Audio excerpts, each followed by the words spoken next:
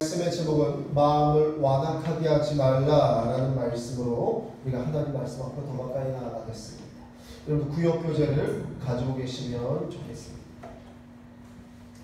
한 목사님의 이야기입니다. 한 성도님으로부터 전화를 받았습니다. 병환 중인 아버님을 위해서 목사님께서 바로 오셔서 신방을 해달라는 요청에 전화했습니다. 그 성도님의 아버님은 사회적으로는 매우 성공한 분이셨지만 믿음은 있지 않았습니다.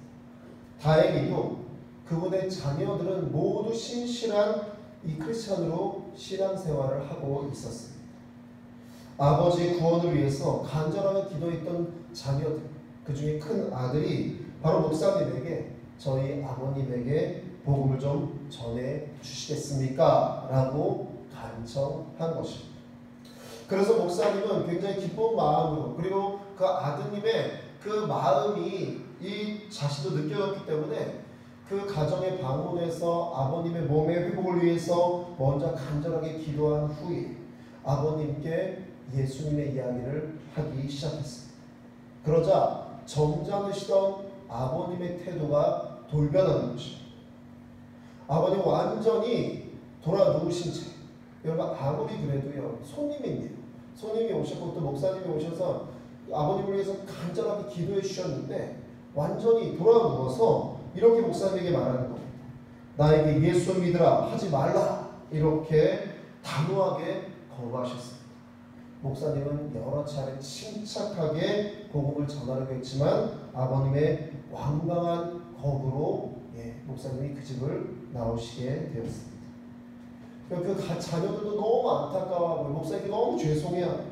목사님께서는 이 복음을 제대로 전하지 못했구나라는 사실 제대로 이게 전하게 되었으니 목사님 잘못은 아니지만 목사님 입장에서는 참 안타깝고 속상하고 그리고 그 집을 나서면서 아버님에게 이 아버님의 마음이 완고한 마음이 아니고 부드럽게 변화되기를 간절히 기도하셨다고 합니다. 그렇습니다. 사랑하는 성도님, 복음을 들을 때의 반응에 대해서 예수님은 4가지 바트로 바로 비유로 말씀하십니다. 바로 말씀을 듣는 사람들의 마음이 길가밭, 돌밭, 가시떨기밭, 옥토 이 4가지 중에 모든 사람들이 다 하나에는 다 들어간다라고 말씀하십니다. 그래서 예수님의 말씀 가운데 보면 길가나 돌밭, 가시떨기밭은 절대 열매 맺지 못한다라고 말씀하십니다. 오직 옥토만이, 좋은 땅만이 말씀이 심기면 자라서 열매를 맺는 것입니다. 사랑하는 성도님, 우리가 갈아엎어야 할 땅은 우리의 완고한 마음인 줄로 믿습니다.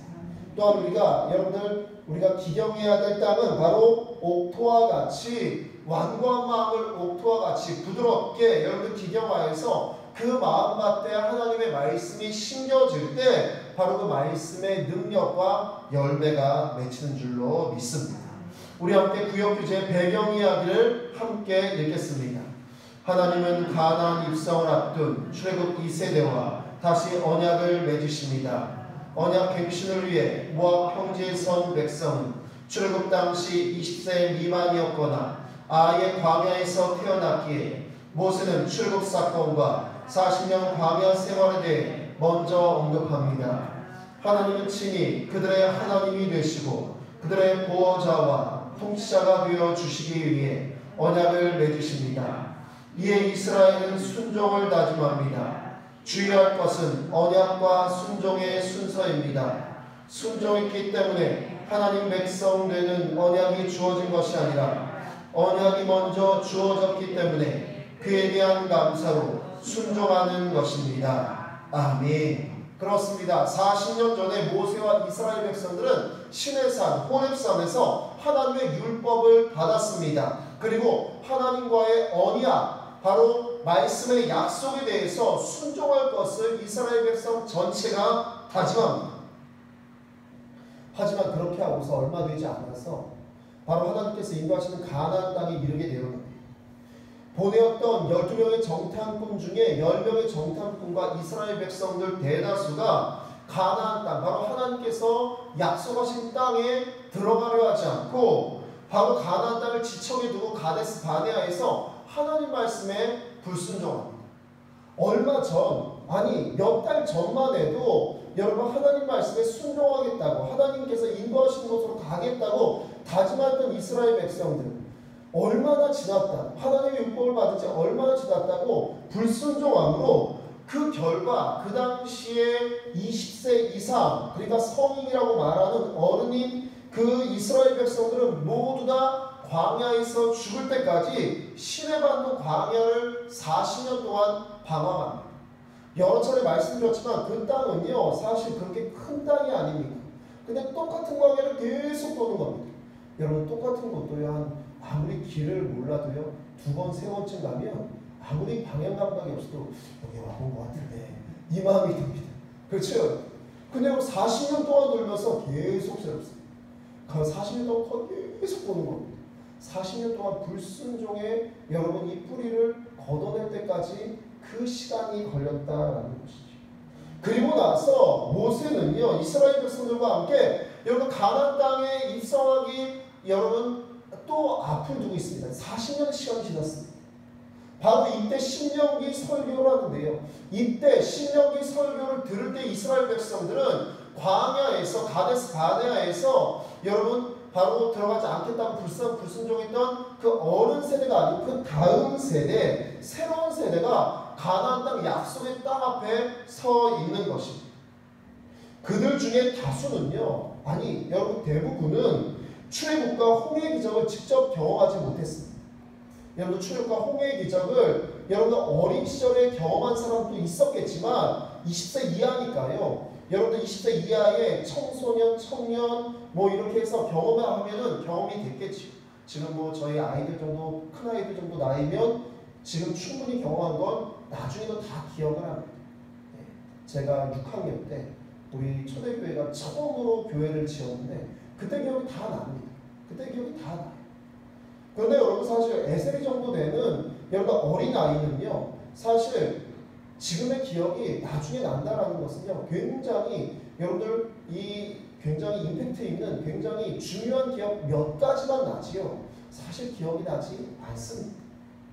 여러분 기억이 없다라는 것, 경험하지 못했다라는 것은요 굉장히 여러분 불리할 수가 있습니다.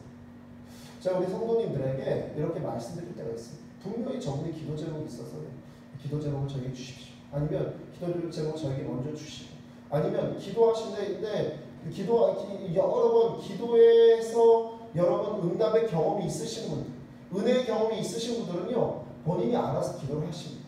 정말 기도가 필요한 분이 계시는데 그분에게 기도를 권하고 제가 기도해 드릴까요 하면 여러분 마치 교회를 안 다니시는 분처럼 되게 황당하다는 표정을 지으시는 분들도 계시고,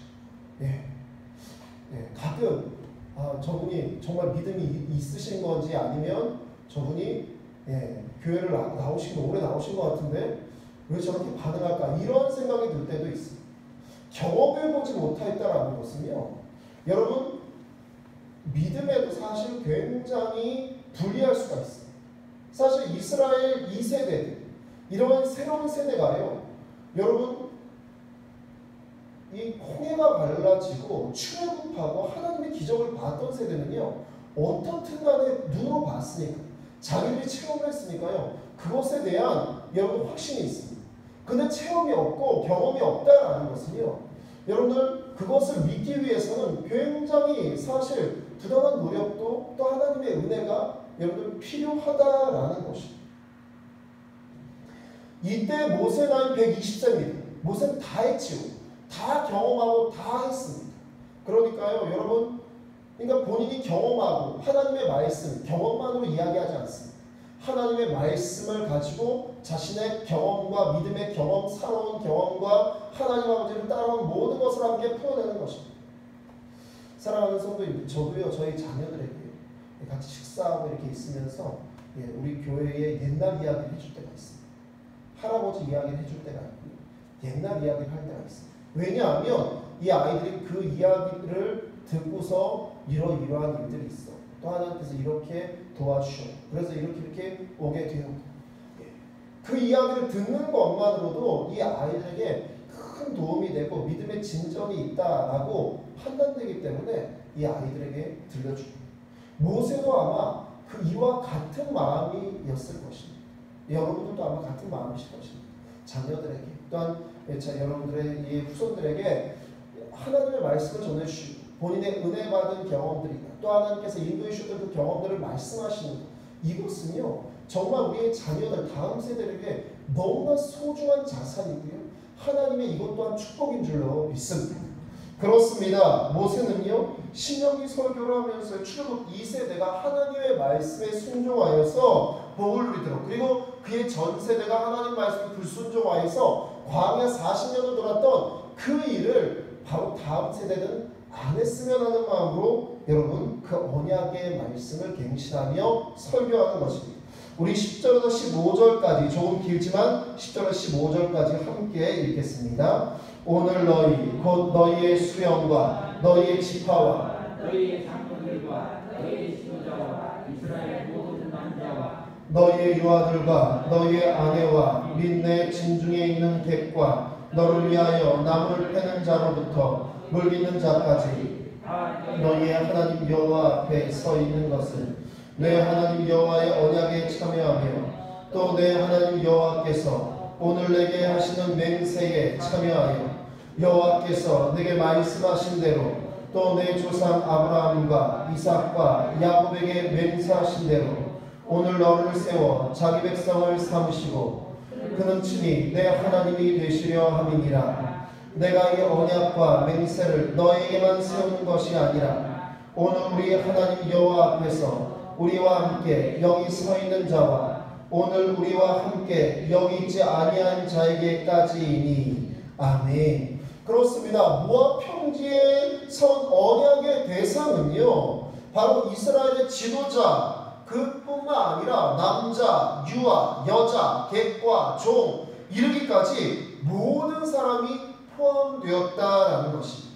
그리고 또 여러분 15절을 보시면요 이 자리에 없는 이후 세대까지, 여러분 출애굽 2세대가 이 자리에 서 있는데요 그러면 출애굽 3세대가 되겠죠. 여러분 그 자리에 없는 아직 태어나지 않은 그 사람들까지 바로 이 언약의 말씀의 대상자다라고 전하고 있는 것입니다. 그렇습니다. 하나님의 구원은 구약에서도요 이스라엘 백성에게만 국한되어 있지 않습니다. 모든 사람에게 열려 있습니다.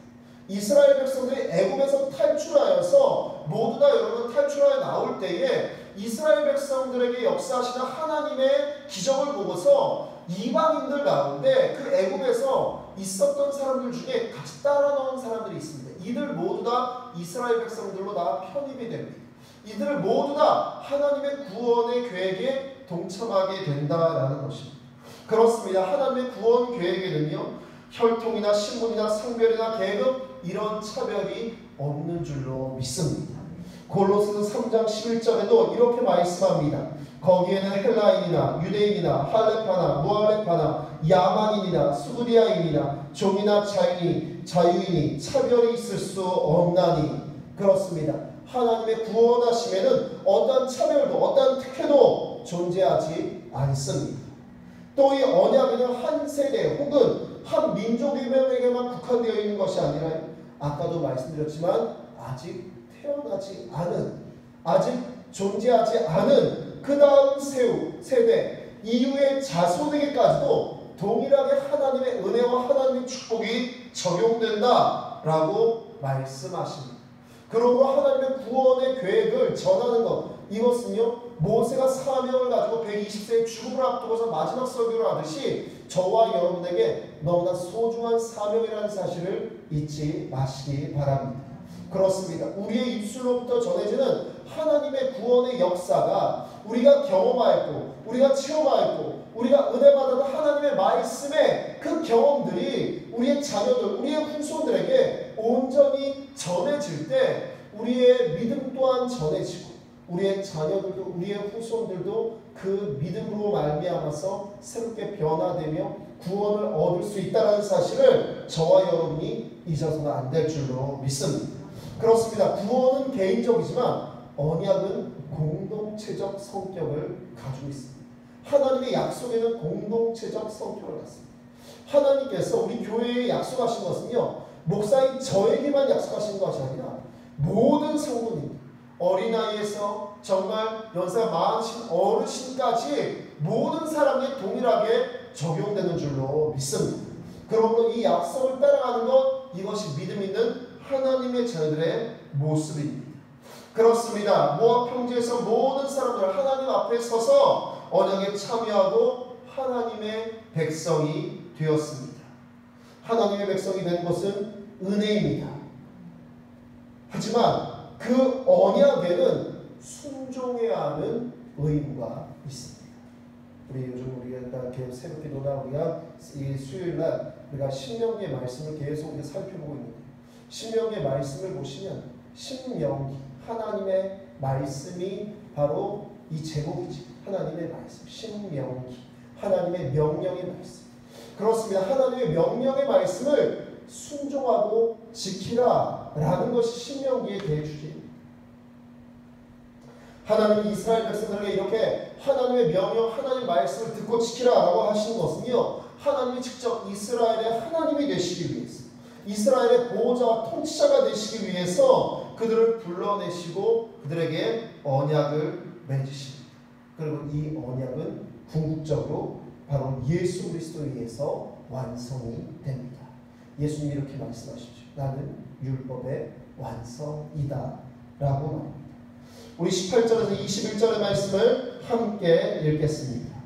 너희 중에 남자나 여자나 가족이나 집하나 오늘 그 마음이 우리 하나님 여호와를 떠나서 그 모든 민족의 신들에게 가서 섬길까 염려하며 독초와 쑥의 뿌리가 너희 중에 생겨서 이 저주의 말을 듣고도 심중에 스스로 목을 빌어 이르기를 내가 내 마음이 완악하여 젖은 것과 마른 것이 멸망할지라도 내게는 평안이 있으리라 할까 하니라. 여호와는 이런 자를 사하지 아니하실 뿐 아니라 그 위에 여호와의 분노와 질투의 불을 부으시며 또 이 책에 기록된 모든 저주를 그에게 더하실 것이라.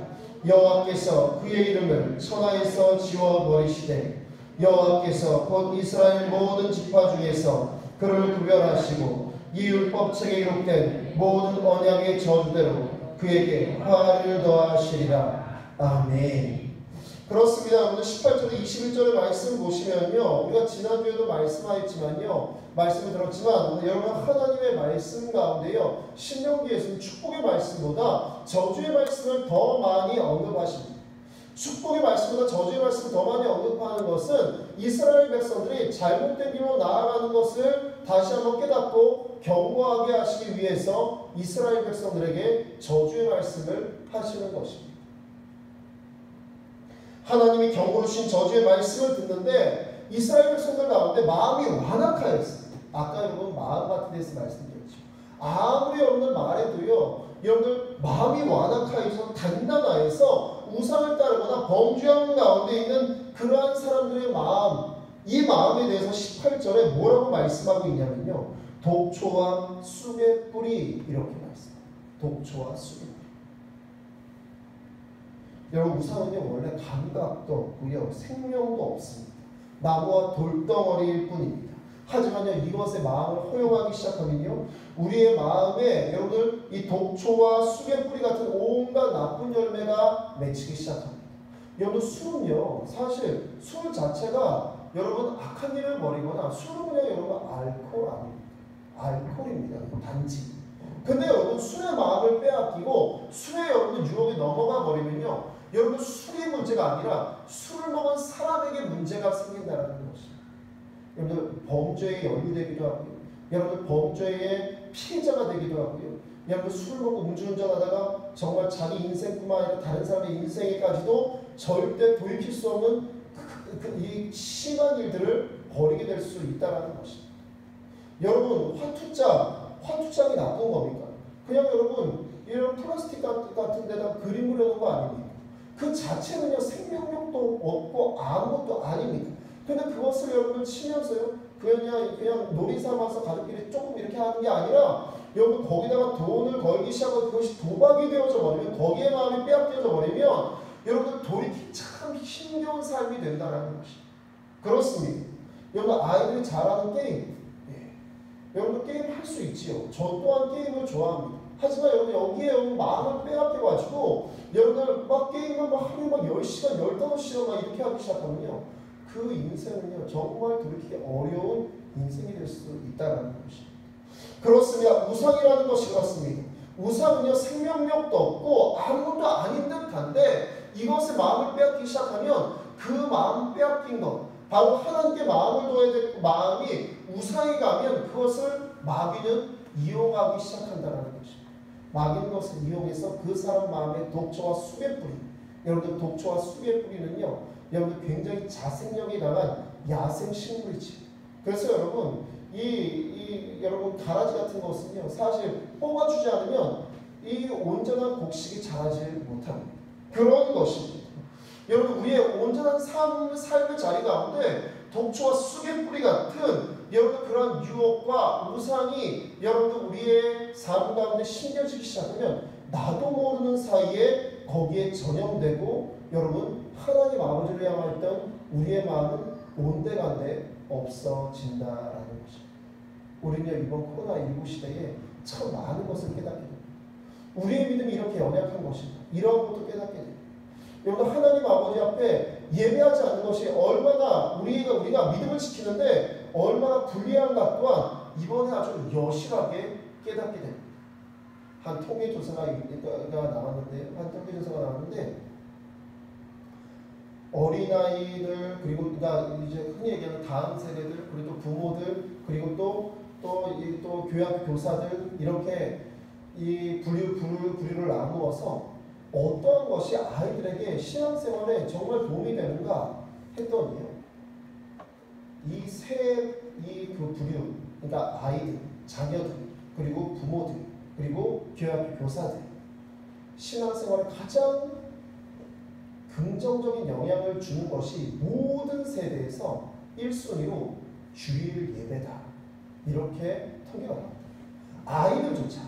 아이들조차 지금 사실 이 자리에 저희 아이들이 있지만 예배를 드리는 것을 참 즐거워하지만 예배를 많이 드리는 것은 굉장히 피곤해합니다. 그건 저도 요만할 때 이렇게 해봤기 때문에 제가 압니다. 사실 어린 예배 드릴 때 재미도 없고 교양 예배가 훨씬 재미있죠. 그치? 게임도 하고 찬양도 부르고 선물도 받고 너무 재밌죠. 근데 여러분 어린 예배 이렇게 드릴 때 참 쉽지 않습니다.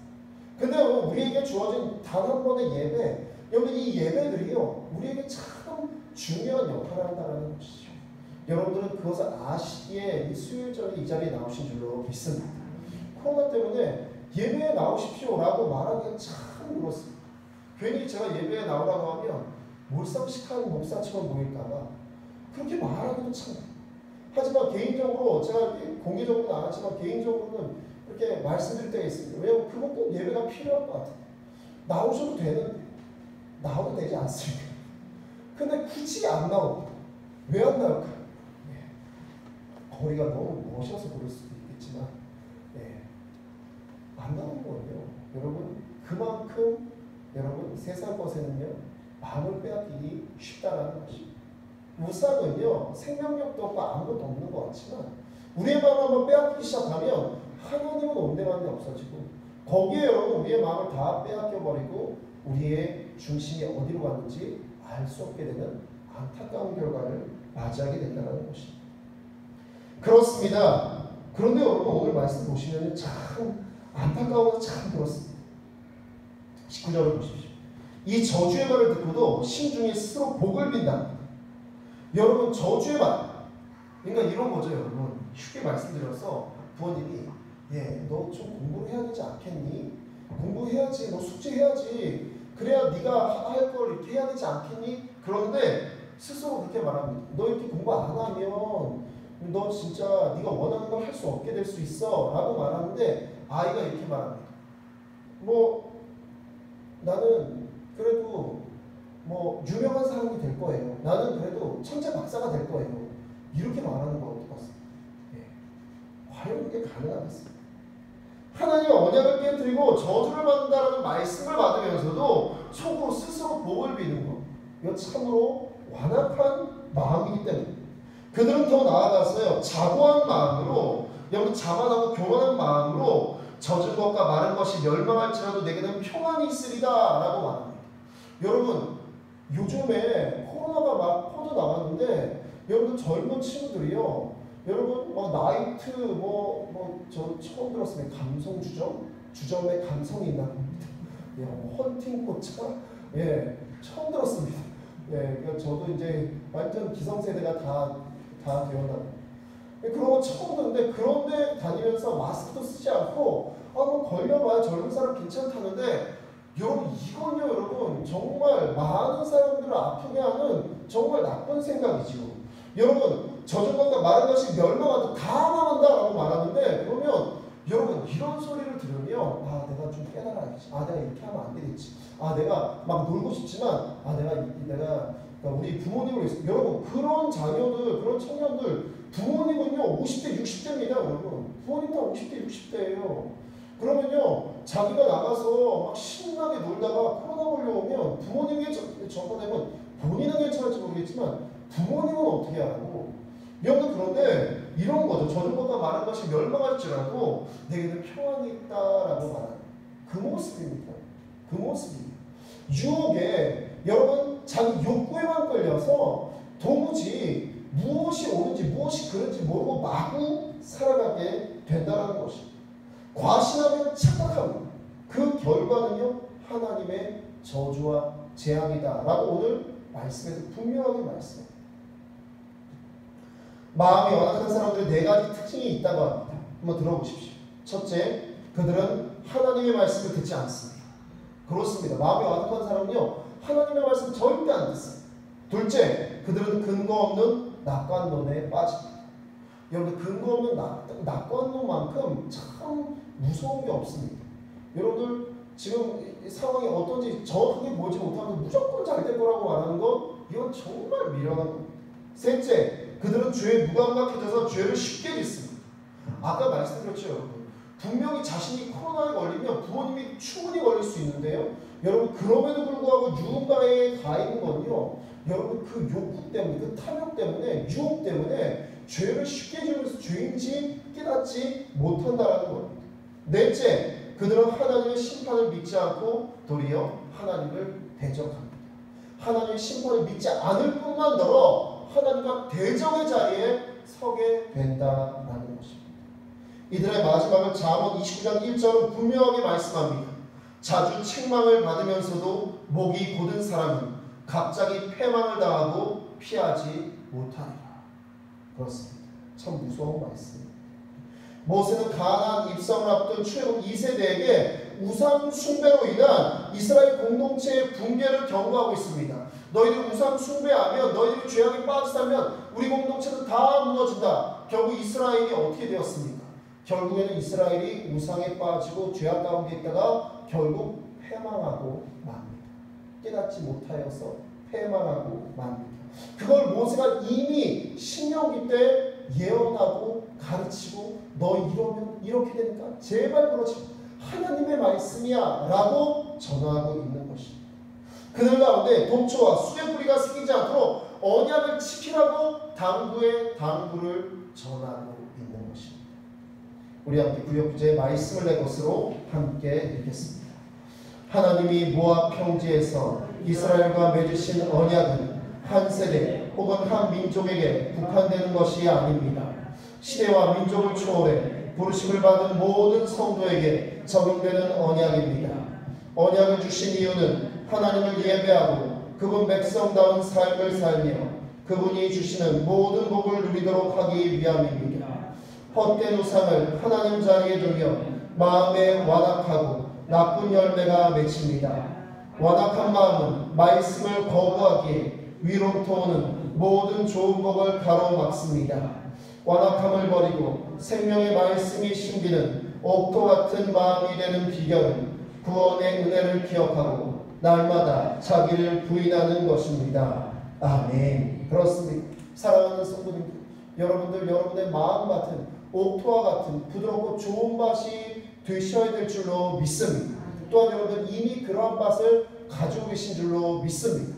그 마음이 거칠어지지 않게, 그 마음이 완악해지지 않게, 그 마음이 단단해지지 않게 여러분들 우리가 함께 하나님 말씀 앞으로 나아가야 할 줄로 믿습니다. 하나님의 자녀도 실수합니다. 넘어집니다. 여러분들 분명히 문제가 있을 때가 있습니다. 하지만요, 하나님의 자녀들은요, 문제가 있고 다툼이 있을지라도 그 마음이 부드러워서 여러분, 내가 이거 잘못했구나. 내가 돌이켜야지. 이러고서 여러분들 그 실수에서 멈추는 경우가 대부분입니다. 하지만요, 마음이 완악해지고 단단해지고 죄를 짓는데 아무런 거리낌이 없게 되면요, 여러분 갈등, 아주 작은 갈등에도 크게 분노가 일어나며 그 분노가 계속 악순환을 만든다는 사실을 저와 여러분이 잊어서는 안 될 줄로 믿습니다. 하나님께서 우리에게 좋은 마음, 여러분 옥토와 같은 부드러운 마음을 갖기를 원하시는 것은요, 하나님의 유익을 위해서가 아니라 바로 우리의 유익을 위해서입니다. 하나님의 말씀이 우리를 바르고 선한 길로 나아가게 하며 그 값은, 그 유익은 바로 우리가 받는 것이기 때문입니다. 마음의 완악함은 하나님의 말씀을 듣지도 받지도 못합니다. 그러기에 하나님의 자녀인 성도는 마음이 완악하여지지 않도록 날마다 자아를 부인하고 주님의 십자가를 바라보며 나아가야 할 줄로 믿습니다. 하나님 앞에서 사하고 통회하는 깨어진 마음, 회개하는 마음일 때 하나님의 말씀이 우리 가운데 더하여지고 하나님의 축복으로 저와 여러분이 나아가는 줄로 믿습니다. 우리 함께 구역기자 하나 되어 기도하기를 읽고 함께 통성으로 기도하겠습니다. 저를 하나님 백성 삼아 주시고 그 모든 복을 누리게 하시니 감사합니다. 날마다 자기를 부인하고 마음과 뜻과 힘을 다해 하나님만 사랑하게 하소서. 사랑으로 제게 주신 생명의 말씀을 굳게 지키게 하소서. 이제 우리 주 예수